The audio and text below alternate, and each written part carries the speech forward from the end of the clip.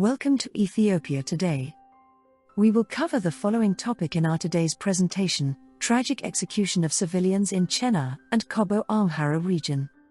TPLF's tragic summarily execution of civilians. UN rights body should create international inquiry into war crimes.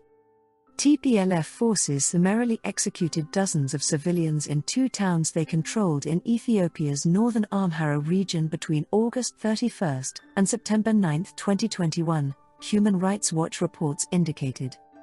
These killings highlight the urgent need for the United Nations Human Rights Council to establish an international investigative mechanism into these abuses. On August 31, TPLF forces entered the village of Chenna and engaged in sporadic and at times heavy fighting with Ethiopian federal forces and allied Amhara militias. Chenna residents told Human Rights Watch that over the next 5 days TPLF forces summarily executed 26 civilians in 15 separate incidents, before withdrawing on September 4. In the town of Kobo on September 9, TPLF forces summarily executed a total of 23 people in 4 separate incidents, witnesses said. The killings were in apparent retaliation for attacks by farmers on advancing TPLF forces earlier that day.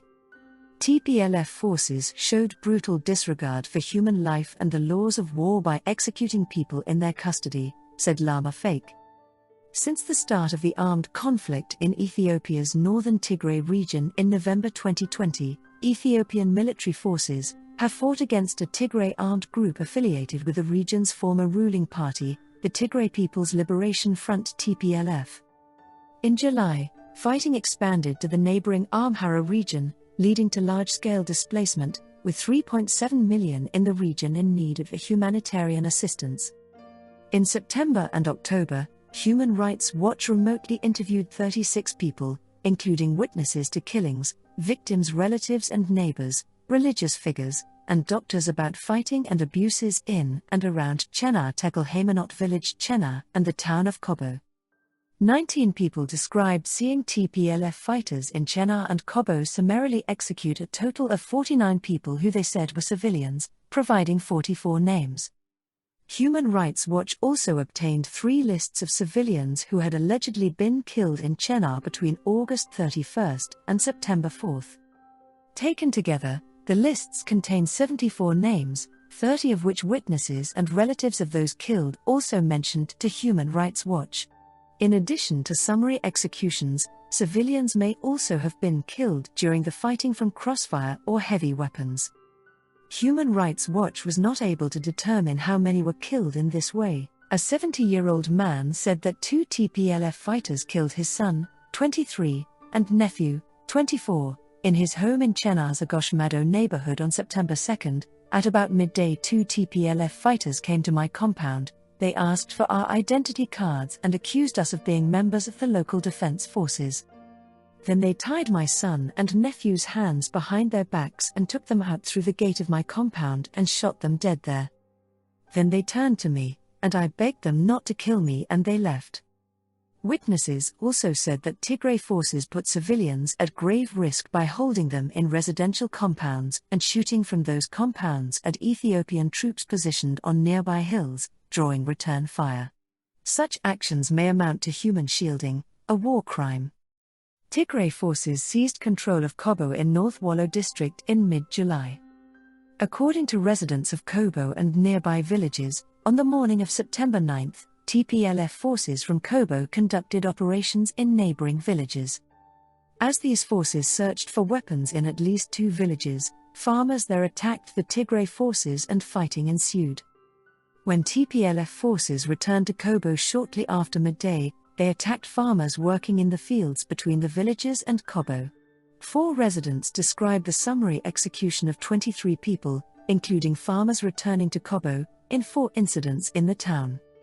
A resident of Kobo's Senyo Gebiya neighborhood said that at about 2 p.m. on September 9 he watched from the window of his home as Tigray forces executed 4 men. At one point I saw about 50 TPLF fighters, he said. About 5 of them went into a room where you can chew cot, a popular mild stimulant, and brought out 4 men who were my neighbors and just shot them. I don't know why they chose them. On December 4, Human Rights Watch sent TPLF authorities a summary of findings requesting comment but received no response. The UN Human Rights Council should urgently establish an independent international mechanism to investigate abuses in the Tigray conflict, which has since expanded into the neighboring Amhara and Afar regions. The investigation should include alleged summary executions and other serious violations of the laws of war by TPLF forces, identify those responsible at all levels, and preserve evidence for future accountability, Human Rights Watch said. Tigray forces' apparent war crimes in Chenne and Kobo spotlight the urgent need for all warring parties in Ethiopia to prioritize the protection of civilians, Fakir said. The UN Security Council needs to pressure the parties to make this happen through sanctions and an arms embargo, Human Rights Watch added. Tigray militias have also been responsible for attacks against Eritrean refugees. By July, TPLF forces had moved into neighboring Afar and Amhara regions, displacing hundreds of thousands of civilians, some multiple times, and triggering widespread humanitarian needs. Tigray forces have also committed sexual violence against women and girls in the Amhara region. On November 4, Ethiopian federal authorities declared a state of emergency granting security forces sweeping powers, and called on the population to mobilize and join the fight against TPLF forces. Chenna is a small rural village in Dabat Wareda or district, North Gondar zone in the Amhara region. Ethiopian soldiers stationed in the village left suddenly on August 30 and were replaced by a new contingent of Ethiopian forces that afternoon, residents said. At about 4 a.m. on August 31, Tigray forces entered Chenna. They fought the Ethiopian military troops at close quarters for 2 days before the Ethiopian forces retreated from the village. On September 4, Ethiopian military forces, Amhara militias, and Amhara Regional Special Forces retook the village. Residents said that TPLF forces occupied residential compounds while in the village. 2 witnesses said that these forces fired on Ethiopian forces positioned in nearby hills when no civilians were in the compounds. However, another described a situation in which Tigray forces forced civilians to remain in a compound, possibly using them as human shields. 2 others said Tigray forces deployed in compounds with civilians remaining in them, putting the civilians at risk when Ethiopian forces returned fire. Both sides used heavy weapons, including artillery, mortars, and machine guns. A man from the nearby village of Wakeen, who had just completed 15 days of military training by Ethiopian soldiers when Tigray forces seized Chenna, said that on the morning of August 31 he joined the soldiers fighting in nearby mountains, where they exchanged fire with TPLF forces in Chenna. Another said that on September 2 and 3, Ethiopian forces' use of heavy weapons, including mortars, against Tigray forces in Chenna was particularly intense. Gennett said that TPLF forces occupied her family's large compound, firing mounted machine guns at Ethiopian forces on the mountainside. She said that on September 3, Ethiopian forces fired at the compound using unspecified heavy weapons that killed some Tigray fighters and damaged the animal shed, killing some cows and donkeys. At one point, Tigray soldiers speaking Amharic and Tigrinya came to her house, she said, saying they were redeploying to her compound because Ethiopian forces had fired on their troops in the church. Several residents said they saw Tigray forces occupy the village's main church, and one said they occupied a school. The residents said that Tigray forces pressured families to slaughter their cattle and cook for them in their compounds without paying.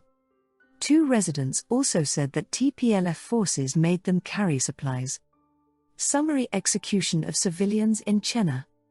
Chenna residents interviewed provided the names of 39 civilians they said Tigray forces summarily executed while occupying the village, although they only saw 26 of them being killed. In addition, Human Rights Watch obtained 3 lists of 57, 48, and 37 names, drawn up by a local official and 2 priests who had each overseen the funerals of about 30 people after the fighting had ended. They said the civilians on the lists were killed between August 31 and September 4, although they did not know how each person had been killed. Some names appeared on 2 or all 3 of the lists and, removing duplicates, the total number of names comes to 74. In addition, 9 names from the Human Rights Watch interviews do not appear on any of the 3 lists. A doctor working at the university hospital in Gondar city said that injured civilians were first taken from Chenna to the nearby Dabat hospital on September 4 and 5, and then referred to Gondar from September 6 onward. He estimated that 35 of the people referred from Dabat were civilians from Chenna, including 3 women and 3 children. Between September 6 and 11, the hospital also received more than 1,000 injured Ethiopian soldiers and civilians who had been injured while fighting in Chenna and nearby areas or otherwise assisting Ethiopian forces. Local officials reported that between 120 and 200 civilians had been killed during the fighting, but Human Rights Watch was unable to corroborate those additional cases. Human Rights Watch interviewed 15 people, who described 15 incidents in which Tigray forces summarily executed 26 civilians in Chenna between August 31 and September 4, including 22 men, 1 woman, and 3 children. Human Rights Watch corroborated 3 of these cases in which a total of 4 people were killed. In the other 12 incidents, Human Rights Watch was only able to speak with 1 witness.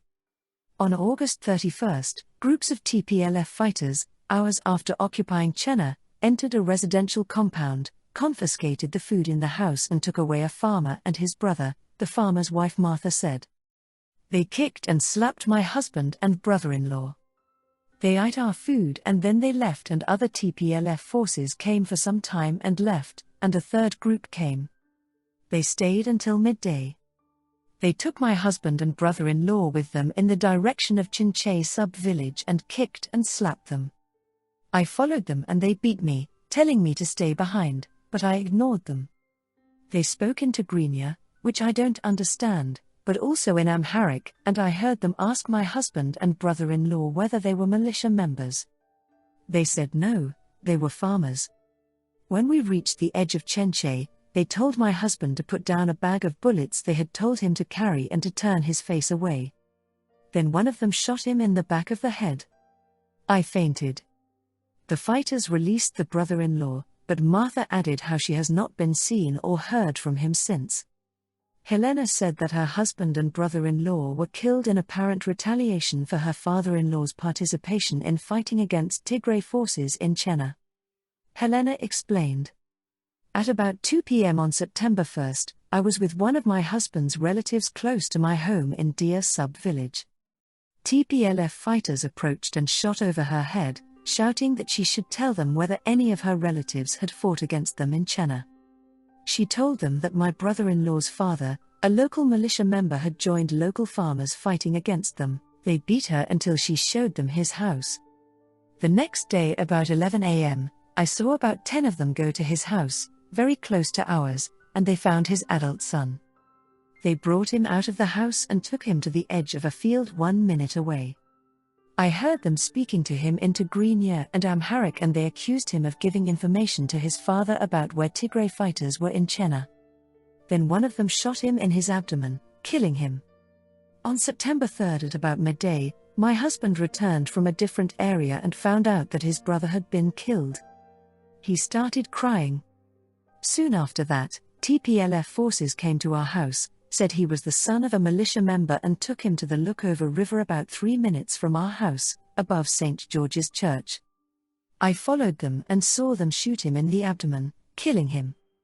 Another woman, Eyerusalem, said that just before TPLF forces left Chenna on September 4, they killed her 60-year-old father and her 67-year-old grandfather's brother. It was about 10 a.m. on Saturday, September 4, and I was at my father's house with him, together with my great-uncle who lives right next to us in Digansa sub-village. Suddenly, TPLF fighters who were being pushed out of the village by Ethiopian soldiers came into our compound. They were angry that they were losing the battle. They stayed for about an hour. Just before they left, they took my father and great-uncle outside the front of the compound. 2 of them tied my father's hands behind his back and then shot him. 4 of them then shot my great-uncle. 2 other Chenna residents said Tigray fighters killed 2 residents, whose names they provided, in 2 separate incidents for refusing to slaughter livestock for the fighters. A local priest said that TPLF forces shot and killed his 22-year-old neighbor. I was in my home compound with my neighbor.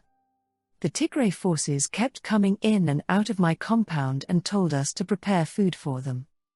On September 2nd, they beat my neighbor to force him to slaughter my goats.